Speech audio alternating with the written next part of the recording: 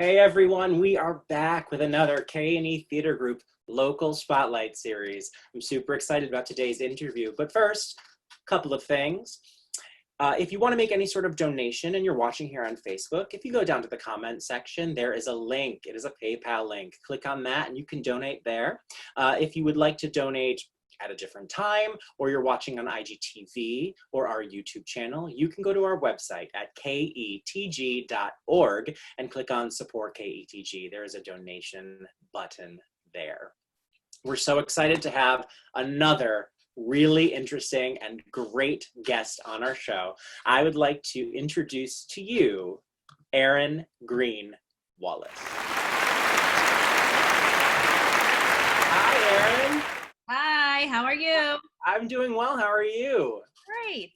I am so happy to have you on the show today. Oh, thank you. Thanks for having me. I'm so excited for people to hear about all the different things that we're going to talk about. You know, Erin is someone who created a company from the ground up. She has so many other performance side things that she does, and I'm really excited to talk about those. But first I want to talk about Greenroom and you. So first, tell me about your theatrical timeline. So where you started, how you got into theater, all the way to right now. So basically, when I was a little girl, and I didn't include this in my message to you, but when I was a little girl, I used to set up neighborhood performances with all the neighbor kids, and I'd haul my brother in, and he'd come and he'd make little set pieces for me, and then I'd choreograph the kids that my mom babysat for, and we'd put together these little shows and invite all the neighborhood kids, and that's where it started, I think. And then, you know, in elementary school, I didn't really do all that much theater there. We didn't have that choice, but when I got into high school, we had the high school drama club, which the very first year I auditioned, I didn't get the part that I wanted. I didn't get in the show, and I was like, well, I have to be a part of this somehow anyway. And so I was in charge of the smoke machine backstage.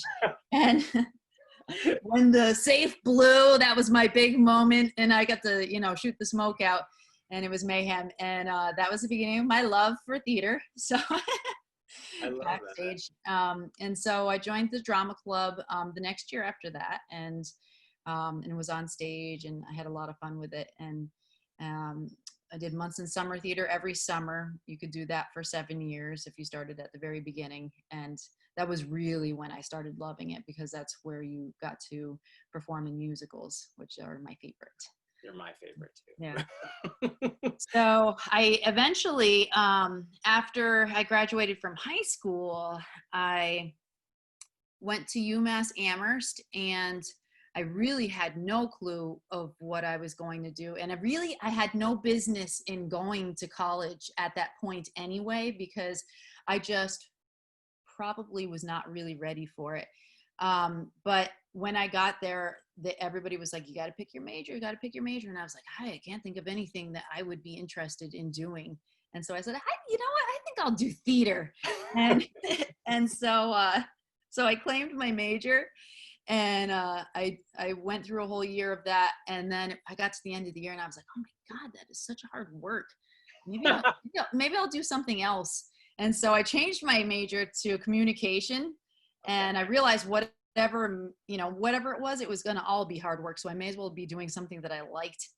Sure. And yeah, so I switched back to theater, and basically the rest is history. I graduated from UMass with my degree in theater, which if I could go back and do it over, I would do theater and business, because yes, that makes sense.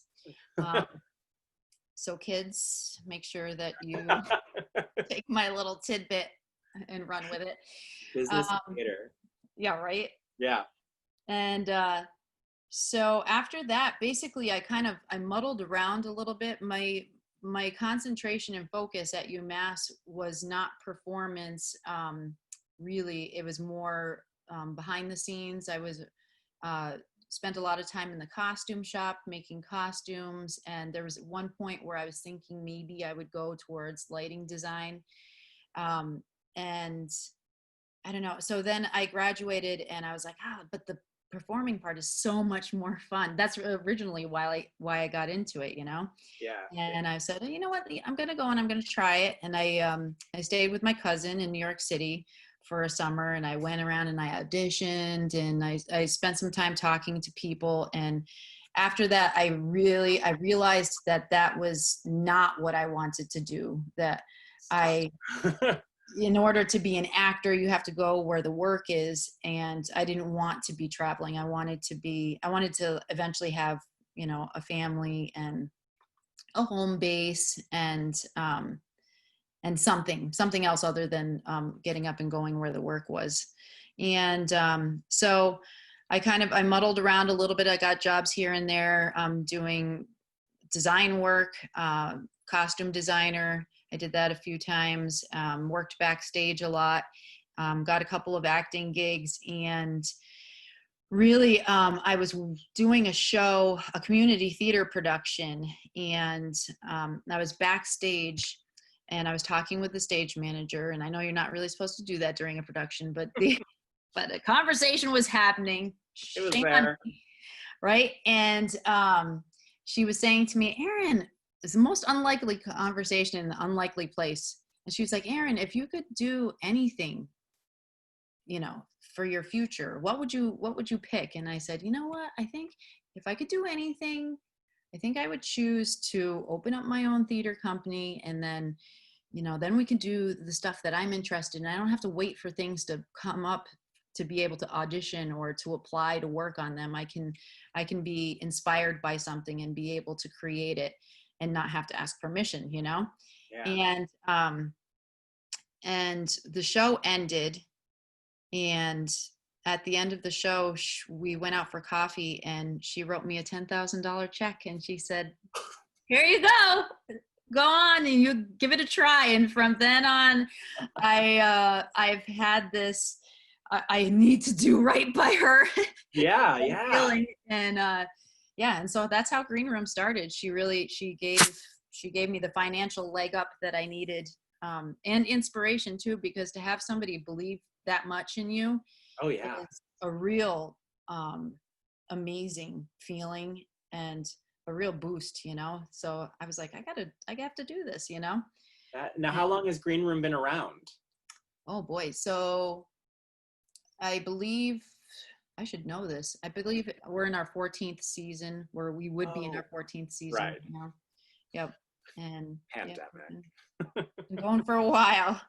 Wow. So, and it was my husband and I, my now husband, we met during that show, and we created Greenroom together. So Incredible. That's yeah. incredible. Now, I know Greenroom does Mainstage productions. You've done Sweeney Todd. You've done Little Shop of Horrors. You've done Tommy. What other aspects of theater does Greenroom specialize in? We do a lot of work with kids and other educational programs. We say that we work from 3.5 to, you know, on up till you can't move any longer. And so for the real little ones, it's mostly like a music and movement, learning how to like move your body and listen to directions, and like learning real basic choreography. And that's where working with the little ones, that's where you really learn how to instruct, because keeping their attention and breaking things down it's like trial by fire. It's amazing work. And so those little guys, they're fun to work with. But we have programs with kids that range all the way from the preschool all the way up through high school. We had a program called Kids Tour, which is an audition program with all the groups. So they're segmented out into age ranges and separated into different classes, but they're all working on the same program. So we did Lion King Junior one year, and which I have to cut in for 1 second. Yes. If no one has seen the masks that were created for Lion King Jr., it is insane. And it shows like your attention to detail, but also it shows your background in the backstage work, in the costuming, in the lighting, and all of that. They were so incredible. They were on the wall of the green room rehearsal space, and I walked in the first time and I was like, what? And the really cool thing about those masks too is, I mean, a couple of them are ones that I did, you know, basically on my own. But the whole time that I was creating those masks, I had the kids around me and they were responsible for all their different pieces also. So, you know, I'm making this mask, but I'm also instructing them on how they're doing theirs next to me. And so, you know, I think 2 of those masks were made by me and all the rest were made by kids. So they had some amazing, you know, craftsmanship going on, and that was very fun to work on. Hands-on. Mm-hmm. And I know that you were also holding stage manager classes, correct? Yes, and you know, there's a big reason for that. The something that through doing theater over the years, especially out in, you know, rural Massachusetts, it's hard to find people who are skilled in the areas that you really need them to be, and stage manager is one of them. Seemingly, like, for somebody who has not done theater before, like an easy job, but it's the hardest job that there is.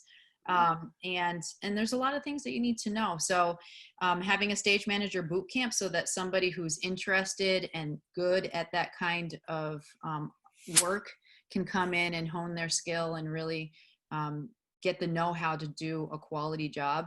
And then they have a marketable skill where they can go to all, you know, different theater companies and be confident that they're going to be able to handle it and do a good job. So Greenroom has their fingers in like a bunch of different pies. That's so cool. Continue what you were saying, that we got sidetracked with like Lion King, but I had to stress how incredible those masks were. Like, I was literally shocked by it. Oh, I'm glad. That's the reaction that we want. Oh, I loved it. I loved it. So keep going with talking about other things that you specialize in other than your main stage productions.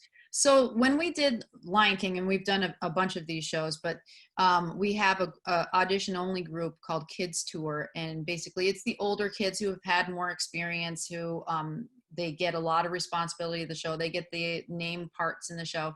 Anyway, we prepare the show and we write grants with different schools around, and the kids go and they perform the show at the schools that we have written the grants with. And so they get experience not only working in front of like a vast variety of audiences, but in a bunch of strange staging locations too. So as actors, you can tell like who's been through the program because they're super flexible. They're, you know, they can solve an acting problem on the fly, because there's been, you know, we build these sets, right, that are pretty compact and workable, movable. But sometimes you're dealt a stage that is like the size of your bedroom. And so you have to do away with some pieces and you have to kind of roll with the punches. We get to those spaces probably about, you know, an hour early to set up the stage and to run a few things in the space. But the kids, they're very malleable, and once they know that that's what they have to do and they get some practice in it, it's amazing to see their development as young actors. It's very, very cool. So that's one thing. And then the kids who are in the schools, some of them have had experience with theater. Some of them have never seen a show ever. Like I always do a pre-show speech for the kids where I get them like, woohoo, these are our expectations, don't be yelling out. And they, so I always say, like, who has seen a theater show? They'll raise their hand. Who's never been to a theater before? And raise your hand. And I'm like, well, today this is your lucky day. But it's amazing to see how many kids haven't yet had a theatrical experience, and it's such a magical experience too. And it's really cool for the kids in the kids tour because they're like rock stars when they go there. We did Polar Express, and it was like a rock concert. Santa Claus came down the aisle you know, during the big Santa reveal, and the kids, it was a whole auditorium. It was, I think it was about 400 kids in that auditorium. And soon as Santa was coming out, they like hopped up out of the seat. I thought like they were going to rush the stage. Like, oh no, what are we going to do about this? And, but it was okay. They were just like in awe in the whole glory of the moment. It was a cool moment to have. So, so anyway, that's our kids after school program. And then we have a lot of special interest programs, depending on what kinds of artists that we have available to us. So, you know, we've had artists come up to us and say, hey, have you ever thought about having this kind of program? And we're like, sure. Do you want to do it? Come on in and teach that class. So it's, I love that it's so versatile. You branch out. It's not just about a performance, it's about creating everything. Like you were saying with Lion King Jr., like they did a lot of the masks, they built them. I love that. It's just showing them that there's more to it. Well, you know why though too, like my whole philosophy with theater in general is that there's obviously everybody sees what happens on stage, and there's a small portion of people who are going to partake in that part of it and have it be their thing. But there's so much more that people don't see that is really needed, like backstage builders and marketing people and the stage manager, all the behind the scenes stuff, costume makers, sewers, admin people, photographers, like keep the wheel moving. Exactly. Yeah. And so people don't realize that basically, like I always tell somebody coming in, oh, I'm not really a theater person. I'm like, I guarantee you that if we sit down and have a conversation, I can figure out where I can put you in a production to, you know, absolutely skills. Well, I love that. I love that Green Room kind of branches out and does a lot of different things that pertain to theater, but it's not necessarily all about performance. That's so cool. And teaching the youth. I love that you're teaching the future actors of the area. Yeah, and you know, it's really, you have to build, especially with kids. They don't know what they're missing, you know, unless they've experienced it before. So it's so sad when you see kids who just, they haven't had that experience ever, and to see them see it for the first time is amazing. I love that. So now, moving into your main stage productions, tell us what the audition process is for Green Room for a main stage production. Okay, so main stage production, it's a little bit different from our children's auditions, obviously.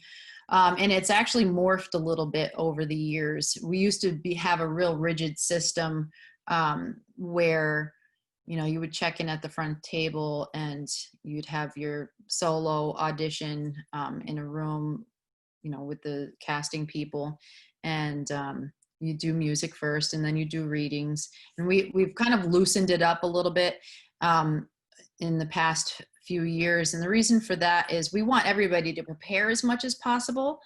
So if you want a lead role, then we make it abundantly clear you come with a song prepared in the style of the show, and, you know, make it as professional as you possibly can. And you may be asked to sing other stuff as well while you're there, but, and you may be asked to do cold readings too, but we've loosened it up a little bit because we've had so many times when somebody's come in and said, well, I'm not really that experienced, but I really would love to try it, you know? Yeah. And then they come in and they say, well, I didn't really, I have this song, I'm sort of okay on it. Can I just try it? And we're like, okay, let's go ahead, sing the song, you know? And they turn out to be like a classic #1 star of the state. Like, it's amazing how many times that has happened. It's just untapped talent. And so really we try to make it that everybody is comfortable to come in and audition. And we're really good at finding the potential in the different actors that come in. I love that. I love making a safe zone. Yeah, exactly. No judgment. Yeah. Because the people want them to blow them away and want them to succeed because you want to cast them. Exactly. Makes so much sense. Yeah, sometimes the nervousness of going into a audition that is real rigid, it'll even with the most seasoned actors, I've seen some real seasoned actors come in and they're shaking. Oh, And I still get nervous. I say to them, I'm like, it's me, you guys, it's me. Don't be shaking. Come on. So what we do now, and this has only been in the past couple of years, but before we do any kind of music or anything solo, we play games with them and we get them to loosen up and work with each other, and you get a much better audition from them when they do that. You're making it safe and comfortable. Mm-hmm. I love that. I love that. So now you did auditions, and Rocky Horror, which is your main stage show, was like full throttle in rehearsals. Act 1 completely done. Act 2 you're about to start, and bam, pandemic, and everything shuts down. Yeah, I couldn't believe that. We were in the middle of Altar Boys. I totally got it. Mm-hmm. So now, being in the middle of rehearsals, directing, and David was choreographing, is that correct? No, I was choreographing. You were choreographing too? Yeah. God, you're doing it all. Yeah. Oh my goodness. No, Dave wanted to spend time with the family, which I get it. I get it. And I'm kind of glad now that I'm directing and choreographing, because there's so much music in this show. I would have been jealous probably. I mean, it helps streamline your vision. Mm-hmm. So you're in the middle of Rocky Horror, you're choreographing and you're directing. Can you tell us a little bit about like your vision of Rocky Horror and what makes the Greenroom Rocky Horror show so unique? So there's a couple things. One of them is, in the past, I think 5 years, we've been doing this outdoor show called The Woodland of Wonder, which is basically a show that takes place over a trail, and the audience stops at the different points in the trail and it gets acted out. And it's an adventure. But basically our call for our actor is a lot different than what we would normally have for an onstage production, where we need improv actors for that specific show, because you have your script that you're working from, but you deviate from it so that you can interact with your audience. So the audience is part of the show and they get to talk to the actor. It's really fun. But this is how we wanted Rocky Horror to feel. We wanted the audience to feel like not just yelling out the comments here and there that, more than here and there that are all over the place through Rocky Horror, but being able to deviate from the script and being able to, so like if something happens that would be hilarious to call out, to be able to deviate from the script and to go and address, whatever it is that's happening. So more personal. Okay. I was looking for with that. And then the other thing that we were talking about a lot of is the fact that that Brad and Janet and Columbia in the script are basically, and Eddie are basically the only human beings in that show. And so really making the phantoms, they're aliens. They're all aliens. And so it's like, I never realized that before. Actually, it was my husband that said, they're all aliens. There's, that's play that part up. And I was like, oh, that's cool. Yeah, that's right. They are. So like but only hinting at it, because you're not really supposed to know that until the end, Right. Yeah. Give that away. The spoiler alert. Yeah, sorry. It's so fun. But just hinting at it, and it's the same. So the same theme goes along with the set design, so that it looks like this suggestion of a mansion that they're in, except for the fact that it turns into a science laboratory, that you've been seeing all those pieces all along, but you didn't realize that it was part of the laboratory until it's changed in some kind of way. And you realize, oh my God, that's like the electrolysis, like thing that goes and gets theatrical magic. Yes, exactly. I love that. It's all in front of you, except you only know it when you know it. That's very cool. So, well, would you like to introduce the performance? I would love to. So we put together a little song called The Time Warp from the Rocky Horror Show. The song, The Rocky Horror Show, is by Richard O'Brien, Patricia Quinn, Nell Campbell, and Charles Gray. And see if you can spot somebody familiar. Well, here it is, The Time Warp from Greenroom Productions' production of Rocky Horror Show.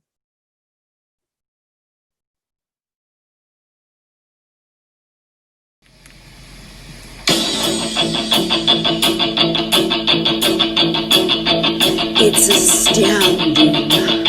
Time is fleeting. Madness takes its toll. But listen closely, not for very much longer. I've got to keep control. Do it. I remember during the time warp, drinking those moments when the blackness would hit me and the voice would be calling. Let's do the time warp again. Let's do the time warp again. Just a jump to the left. And then a step to the right. Put your hands on your hips. And pull your knees in tight. And it's a pelvic thrust that really drives you insane. Let's do the time warp again. Let's do the time warp again. So dreaming of fantasy free. So you can't see me. No, not at all. In another dimension, we're voyeuristic intention. Well secluded, I see it all with a bit of a mind, but you're into the time and nothing will ever be the same. Your space-time sensation, like your own sedation. Let's do the time warp again. Let's do the time warp again. Well, I was walking down the street just to having a think when a snake of a guy gave me an evil wink. He shook me up, he took me by surprise. He had a pickup truck and that devil's eyes. He stared at me and I felt a change. Coming, nothing ever would again. Let's do the time warp again. Let's do the time warp again. Just a jump to the left. And then a step to the right. Put your hands on your hips. And bring your knees in tight. And it's a pelvic thrust. It really drives you insane. Let's do the time warp again. Let's do the time warp again.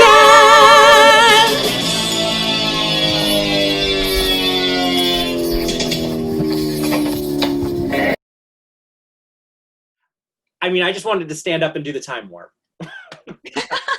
That was awesome. I would, but I'm just wearing like pajama shorts right now. I was doing the time. Oh, You didn't see that? no. Yeah. This is all for show. So if you were doing it really though, you wouldn't be able to talk right now because singing and dancing it is really hard to do. Been there. I've done the show twice now, and I totally get that. Oh, that was so fun. So I wanted to move from Green Room and Rocky Horror, and let's talk more about you. So what have you been doing to stay creative during this pandemic? You know, it's funny because the pandemic happened and everything slowed down, and really for me it was like a terrific break that I really needed, and I really like reveled in it for a long time. I'm starting to get a little antsy now, but I think that's normal, and I think probably that's what a lot of people are experiencing. So what I've been doing, basically every way that I had to make money is not existing at this point in time. So I signed up to be a Tastefully Simple consultant, and I've been selling Tastefully Simple products online, doing virtual parties for people, and when I first signed up for it, I thought, God, I don't think I can do this seriously. So I think I'm just going to have to figure out a way to make it my own, and have fun with it.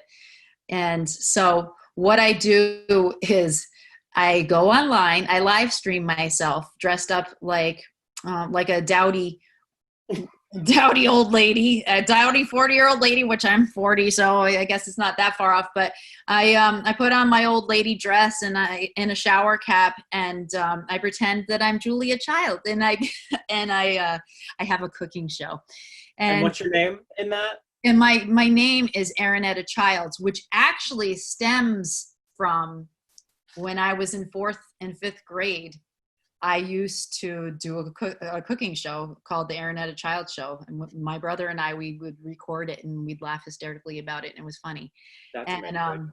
So I was like, oh, when I started doing Tastefully Simple, I thought, I'll do an Erin Childs, And so I've been doing it for a while now. I think I have 8 or 9 episodes, and people love it. It's the strangest thing. It's just a silly little cooking show, but it's really fun to do, actually. And I've been realizing the more I relax with it, because it takes some getting used to being live with people, but not actually being able to talk with them. I can talk at them, but not with them. It's taken some getting used to, but the more I have been relaxing with that, the more I can interact via the comment section. And it's been making it really fun. I mean, I feel like what a lot of people need right now is they need some sort of creative outlet. They need something that they can watch that's unique. And there are a lot of people that are doing fun and creative things. So it's like the local spotlight series and like your cooking show. I mean, it just gives everybody something to watch. And I don't know, it gives us the ability to be a little bit more creative in a very unusual way. Mm-hmm. Have a little laugh. I find that if I can keep laughing, I'm totally okay. It's true. Laughter is medicine. Mm-hmm. Well, there's you can see a couple of music videos too that I've done. Now, how can they see all of this? You can go to The Glorious Dish is my Facebook page for Tastefully Simple. And then also on YouTube, if you go into the search bar and just look for Erin Wallace, Erin Childs, or something like that. Perfect. Good. Find me there. So one more quick question. Going completely off of theatrical performance and going to performance, mm-hmm. You're also in a band. So on top of all of this, running your own theater company, a cooking show, directing and choreographing Rocky Horror, teaching the actors and actresses of the youth, you also are in a band called Wicked Biscuit. Can you tell me a little bit about Wicked Biscuit and what you guys do? So Wicked Biscuit is wicked cool. So Massachusetts. I know, right? It's actually a conglomeration. So I used to be in this band called the Pencils, and we ended up breaking up. Basically, one of our members got cancer and died, and we broke up when that was going on. And some of the guys reformed and did another band called the Whole Enchilada, and they were really fun and cool. And one of the members moved away to Australia. So basically we took the Whole Enchilada and the remnants of the Pencils, and we squashed it together, and now we have Wicked Biscuit. And it's, for me, it's such an outlet. So when I did my very first show, we did Pippin, and it was so stressful creating all of that and producing and not having any experience with it before, you know, doing it on my own. Right. And I just remember a real moment after our first show. We all went to the bar that was next door, and it was karaoke night, of course. And we're like, oh, let's do karaoke. And so I got up there and I did some Janis Joplin song. And I went like so hard on that Janis Joplin song. It was such like a release. I could feel my whole body, kind of like what exercise is for people. Yeah. That's what music and like performing with my band is like. It just takes the stress and it gets rid of it. It's a full body like cleanse, you know? And so for me, like playing with my band, that's a really good like spiritual soul thing for me. And what kind of music is it? Oh, it's a bunch of it's a rock and roll band. We play a lot of like fun songs you can dance to, but you can't really like pinhole, you know, you can't pinhole it because it's a bunch of eclectic, it's an eclectic mix. That's awesome. Yeah. You were just, that's so cool. Like, and for those who don't know, Erin also are you the director of the Munson Summer Theater? Yep. So on top of all that, you also do something that you were a part of for 7 years back when you were a kid, and now you're doing Munson Summer Theater as a director. Yep. Yeah, the Munson. I don't always direct it. I always produce it, but I don't always direct it. And just sometimes, you know, with Greenroom and everything else, you know, sometimes I need a break. But it's just really something that throughout the year, you know, that's why I'm doing what I'm doing. My mentor, Tess Pelletier, she was, I owe her, you know, I owe her my life because she's the one who introduced me. She was my drama club, anything having to do with theater. She was the person who was in charge of it in Munson. And so like, I just grew up just thinking that she was amazing. Like so many people could tell you the same story because she has impacted so many people's lives, and summer theater was such a huge thing back when there wasn't a whole lot of choice of things to do. If you did anything in Munson, it was summer theater because everybody was doing it. We had casts of 60 kids on stage, and it was an amazing experience. And you know, and my mentor, Tess, was like this filthy mouthed British woman who just, you were either loved her or you were scared of her.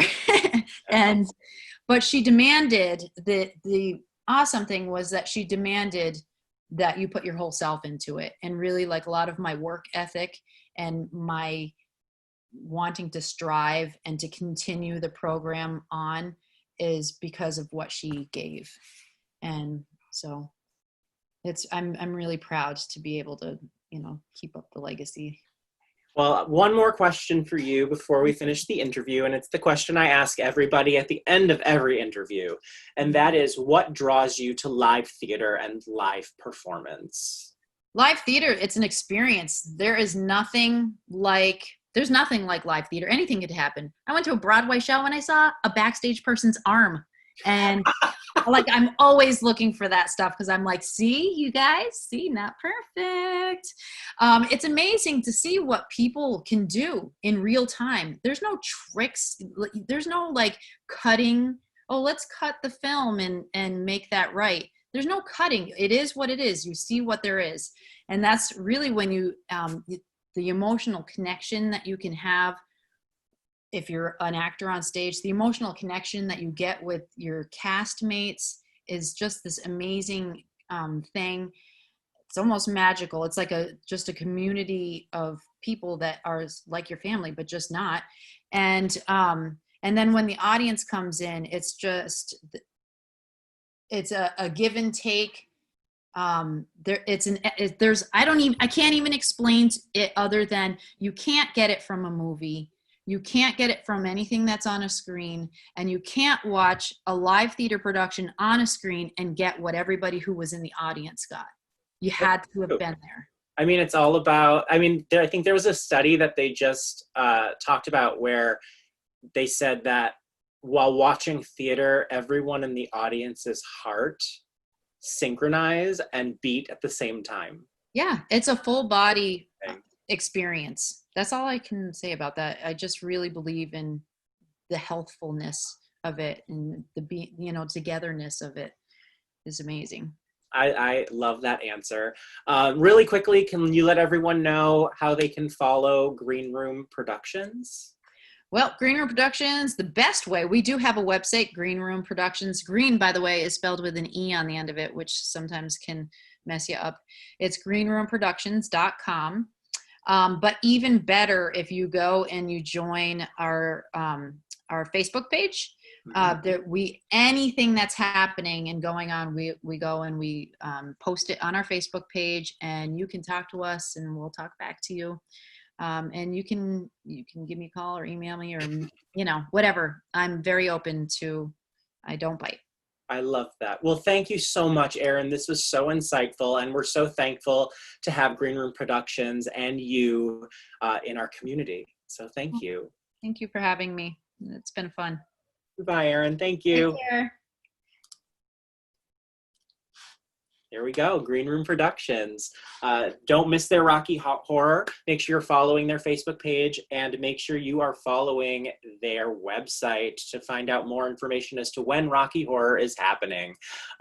So thank you guys so much for joining us for another Local Spotlight series.